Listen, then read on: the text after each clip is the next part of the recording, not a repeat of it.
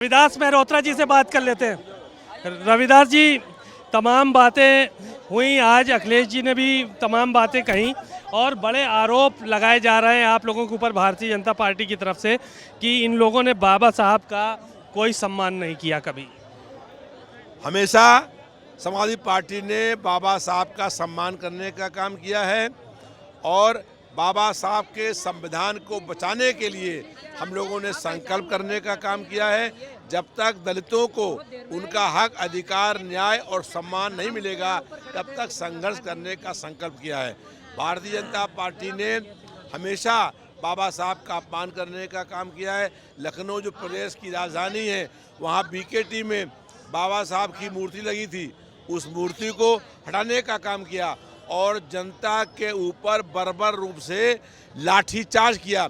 बताए भाजपा की सरकार कि बीकेटी में बाबा साहब की मूर्ति लगाने पर ग्रामीणों के ऊपर आंसू गैस और लाठीचार्ज क्यों करने का काम किया। पूरे प्रदेश में दलितों का अपमान हो रहा है। प्रयागराज में एक दलित की हत्या हुई है और देखिए सरेआम उस दलित की हत्या करने का काम हुआ, जिंदा उसको जला दिया गया है। भाजपा की सरकार में कानून व्यवस्था राज खत्म हो गया है, गुंडा माफिया जंगल राज कायम हो गया है और भारतीय जनता पार्टी की सरकार संविधान की हत्या करना चाहती है। दलित वोट बैंक पे सबकी नज़र है, इसके लिए जंग जारी है। क्या ये माना जाए कि बाबा साहब भीमराव अंबेडकर जी का दलित एजेंडा जो है वो अब आप लोगों के पास है, या भारतीय जनता पार्टी के पास है, कांग्रेस के पास है, या मायावती जी के पास है? किसके पास मान के चला जाए उनका जो एजेंडा है? देखिए, हम लोग वोट के लिए राजनीति नहीं करते हैं।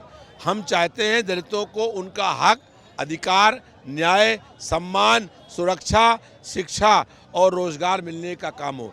इसके लिए हमें कोई भी संघर्ष करना पड़ेगा तो हम लोग संघर्ष करेंगे और भारतीय जनता पार्टी के वोट के लिए राजनीति करती है। उनका बाबा साहब के प्रति कोई सम्मान नहीं है और कहीं पर भी बाबा साहब की मूर्ति लगाने का उन्होंने काम नहीं किया है। भारतीय जनता पार्टी की कथनी और करनी में जमीन आसमान का अंतर है। जनता जान गई है कि भारतीय जनता पार्टी लगातार झूठ बोलने का काम करती है। आपने रविदास जी को सुना, बहुत सारी बातें उन्होंने कही। कैमरामैन रोहित के साथ सीमा।